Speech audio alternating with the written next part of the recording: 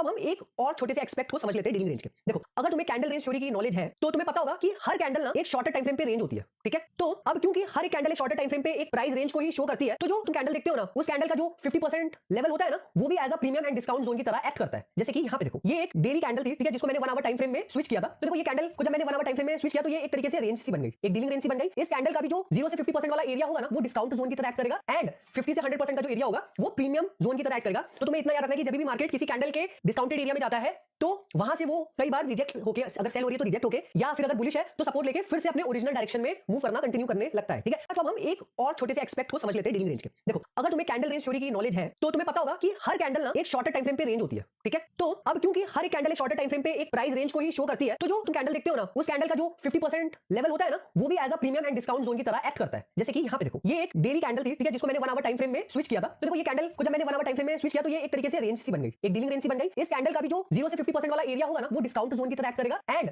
50 से 100% का जो एरिया होगा वो प्रीमियम जोन की तरह एक्ट करेगा। तो तुम्हें इतना याद रखना है कि जब भी मार्केट किसी कैंडल के डिस्काउंटेड एरिया में जाता है तो वहां से वो कई बार रिजेक्ट होके, अगर सेल हो रही है तो रिजेक्ट होके, या फिर अगर बुलिश है तो सपोर्ट लेके फिर से अपने ओरिजिनल डायरेक्शन में मूव करना कंटिन्यू करने लगता है, ठीक है।